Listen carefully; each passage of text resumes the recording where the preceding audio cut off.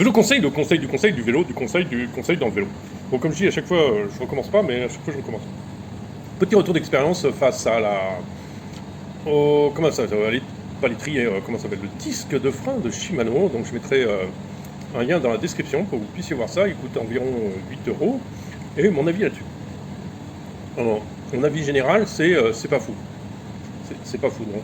C'est pas fou, mais ça fait le taf. Voilà, on va dire ça comme ça. Pour 8 euros, si vous roulez en ville et que vous n'avez pas de conditions extrêmes, ça le fait, voilà, ce sera simple, ça le fait. Achetez surtout pas ça si vous faites de l'enduro, ou si vous roulez dans des conditions beaucoup plus difficiles. Pour vous expliquer, moi j'ai des patins de frein Shimano, donc les plaquettes sont Shimano, et en fait le rodage a duré pas mal de temps. Pendant pas mal de temps, ça n'a pas freiné sur ce disque, et ça freinait mal, et puis au bout d'un moment il s'est rayé, et le rodage est passé, ça a été mieux. Il va mieux, et puis maintenant petit à petit c'est mieux. Après, est-ce que c'est un freinage comme j'aime, ou qui est assez puissant? C'est relativement puissant, mais ça reste quand même très limité. C'est pas, vous n'aurez pas une puissance démoniaque, vous n'avez pas ce qu'on a fait, le phénomène de la plaquette qui est tirée par le disque, en fait. C'est cette espèce de moment où on sent que le frein il colle bien dessus, et c'est super agréable à utiliser et à doser. Non, là non, ça va pas du tout, ça fait pas du tout cet effet-là. Voilà, moi je dis il faut le limiter. Je sais même pas ce que ça vaut tout terrain. J'ai fait un peu tout terrain avec, hein, tant que c'est sec, il n'y a aucun problème. Donc j'ai roulé sous la neige et tout ça. Alors, sous la neige, c'est à peine mieux. Je dirais même pas, c'est même pas mieux que le frein sur jante.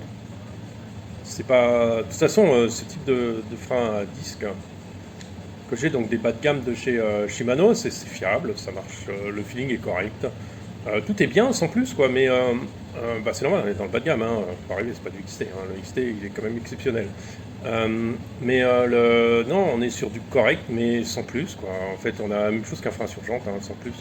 Après, dans les conditions mouillées, si le disque commence à mouiller, bon, ça commence à être un peu fouille, quoi. Et puis du coup je suis moitié emballé par ce car. En fait il correspond tout à fait à ce que je fais, donc c'est-à-dire la ville, coursier et tout ça. Donc ça correspond bien à mon utilisation, il n'y a pas de souci. Mais j'ai vu des trucs beaucoup mieux, par contre plus cher, quoi, parce qu'un disque ça coûte 15-20 balles, quoi, mais ça coûte pas 8 euros. Et c'est vrai qu'un disque à 8 euros, pour un disque, pour le prix que ça coûte, ça fait le boulot, mais vous attendez pas à un truc extraordinaire non plus. Voilà, sinon au niveau du poids, tout ça, bon, c'est correct, c'est contenu, bon, c'est sans plus. C'est le truc qui fonctionne, mais franchement, n'utilisez pas ça ni en compète ni sur autre chose, hein, parce que je pense que vous freinerez, mais vous serez assez déçu par la qualité du freinage et tout ça, hein, par le dosage même, et puis le mordant en fait. Même le mordant est pas terrible. Moi, j'ai sur mon vélo d'enduro, qui est un Kona Coiler de 2011 ou 2012. Voilà. J'ai des comment même ça. J'ai un frein à disque à l'arrière du XT. Là, je peux vous dire que le XT, c'est du XT, quoi. Ça n'a franchement rien à voir avec le reste. C'est un feeling très doux, c'est toujours agréable, c'est jamais granuleux, c'est toujours précis. Alors le XT, j'ai jamais essayé, mais ça doit être encore la folie, quoi. C'est vraiment très très bien, très très agréable, mais à un prix aussi qui s'envole très très haut. Mais par contre, on a aussi voilà, donc j'ai l'expérience de disque beaucoup mieux. J'ai un dehors à l'avant. Dehors à l'avant, pourquoi? Parce qu'en enduro, en fait, l'avant sert juste à calmer le jeu, en fait. C'est que quand l'arrière suffit plus, on complète avec l'avant, donc on n'a pas besoin d'autant du frein avant, quoi.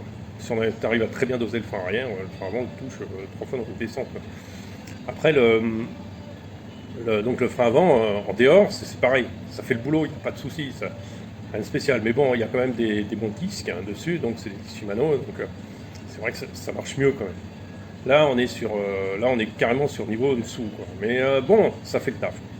Voilà, pour vous dire, ça fait le taf, sans plus. Achetez pas ça si vous faites quelque chose de plus engagé que ça, ou si vous roulez dans la boue, dans des trucs comme ça. Achetez pas, passez votre chemin. C'est vraiment un truc plutôt pour axer pour la ville. Et là, se pose la question, frein à disque ou frein sur jante? Et ma réponse, elle est claire. Au niveau du budget, frein sur jante à 200%. C'est clair. Frein à disque, ça sert à rien. Les vélos de route, la plupart sont toujours en frein sur jante, hein. Il n'y a pas photo, hein. C'est un système qui est très au point, qui est très abouti, qui est sans souci, sans surprise. Voilà, quoi. Ok. Bah, sur ce, je vous souhaite une bonne journée et puis j'espère vous avoir encore renseigné, vous donner beaucoup plus d'informations et vous avoir aidé dans votre vie et dans votre quotidien de tous les jours. Salut à tous.